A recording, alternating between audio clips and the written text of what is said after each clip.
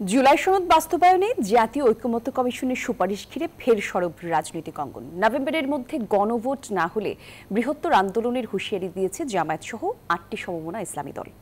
অন্যদিকে কমিশনের নতুন রূপরেখাকে সাধুবাদ জানিয়েছে জাতীয় নাগরিক পার্টি এনসিপি। দলটির মুখ্য সমন্বয়ক নাসিরউদ্দিন পাটোয়ারি বলেন, সরকার আইনি ভিত্তিসম্পন্ন খসড়া গ্রহণ করলে সনদ স্বাক্ষরের অগ্রগতি হবে। রাজনৈতিক দলগুলোর সঙ্গে দীর্ঘ আলোচনার পর জুলাই সনদ বাস্তবায়নের রূপরেখা প্রধান উপদেষ্টার কাছে হস্তান্তরের পরই ফের তর্ক বিতর্ক শুরু হয়েছে রাজনৈতিক মহলে। জুলাই সনদ বাস্তবায়নে কমিশনের সুপারিশকে স্বাগত জানিয়েছে জাতীয় নাগরিক পার্টি এনসিপি। বুধবার সংবাদ সম্মেলনে আনুষ্ঠানিক প্রতিক্রিয়ায় দলটির মুখ্য সমন্বয়ক নাসিরউদ্দিন পাটোয়ারি জানান, গণ অভ্যুত্থানই হবে জুলাই সনদের ভিত্তিমূল। এই জাতীয় ঐক্যের প্রতিক্রিয়ায় কেউ যদি বিভক্তির জায়গায় নিয়ে আসতে চায়, প্রকারান্তে তারা ফেসিবাদী শক্তিকে বাংলাদেশে অনুপ্রবেশ ঘটানোর প্রচেষ্টা চালাচ্ছে। বান্ডেল থাকলে প্রতি সেনমানিতে টাকা বাঁচবে।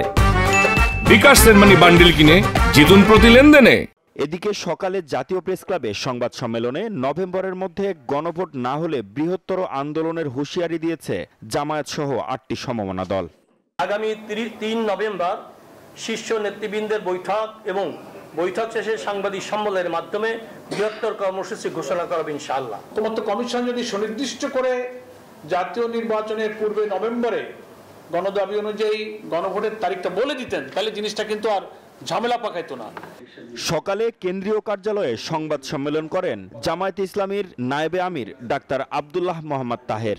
বলেন, জাতীয় নির্বাচন কোনো কারণে নাও হতে পারে, কিন্তু জুলাই সনদ একটি গুরুত্বপূর্ণ দলিল, এটা সবার আগে হতে হবে।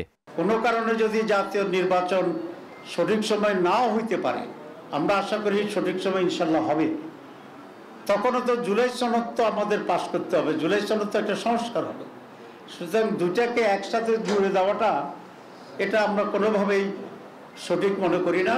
গণভোটের সাথে উচ্চকক্ষে পিয়ারের বিষয়টি জড়িত, কাজেই নির্বাচনের আগেই গণভোটের মাধ্যমে সমাধান করার আহ্বান জানান জামায়াতে ইসলামীর নায়েবে আমির। তো ওই জন্য আমরা এগুলো ওনাদেরকে। মাহমুদ হাসান, নিউজ 24, ঢাকা।